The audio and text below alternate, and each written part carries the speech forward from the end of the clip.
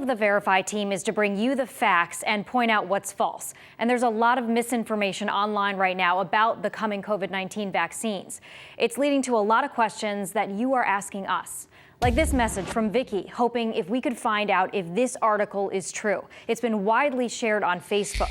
The headline reads, "Head of Pfizer Research, COVID vaccine is female sterilization." First things first, we'll tell you this headline is false. Here are our sources. Pfizer, Dr. Syed Hussein, the chief clinical officer from Trinity Health of New England, and a petition filed with the European Medicine Agency. Pfizer told us they wouldn't be commenting on the article and pointed out the doctor quoted in the article is not the head of research at Pfizer. Michael Yeadon did work for Pfizer until 2011 in the company's allergy and respiratory unit. That's according to the British doctor's LinkedIn page. Pfizer, though, would not confirm that. Yeadon, along with a German doctor, did send this letter to the European Medicines Agency asking the EMA to stop clinical trials of Pfizer's vaccine. They said the vaccine might block a protein that's important in the formation of a placenta, and doctors claim that could possibly result in vaccinated women essentially becoming infertile. While the social media post implies the vaccine will cause infertility, that's not what the doctors said in their letter. Their petition raises questions to the EMA about infertility. So, is that a real possibility? No, that's another myth.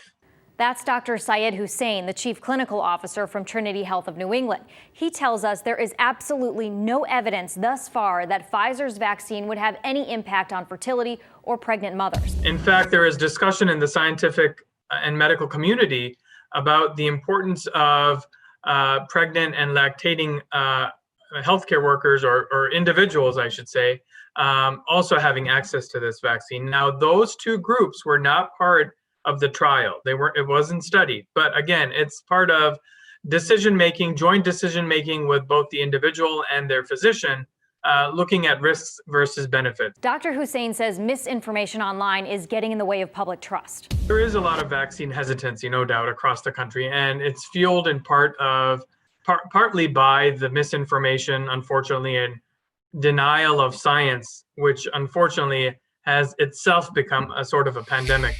Just like that blog that circulated these claims in the first place is full of conspiracy theories about COVID-19, like the coronavirus isn't real. And that 5-hour FDA panel meeting on the vaccine made no mention of fertility or sterilization concerns. It is fair to point out that the vaccine is only months old, and so there's no data on long-term effects of the vaccine. But doctors say the benefits far outweigh the risks. Follow the science, follow the data. It's important. And that lines up with what Pfizer told us as well. Pfizer told us, "We encourage the public to seek information about the COVID-19 pandemic from trusted public health bodies and/or their individual healthcare providers." If you want more vetted information on the COVID-19 vaccines, head to our website. You can also text the word vaccine to 860-527-6161. With your Verify, I'm Jen Bernstein.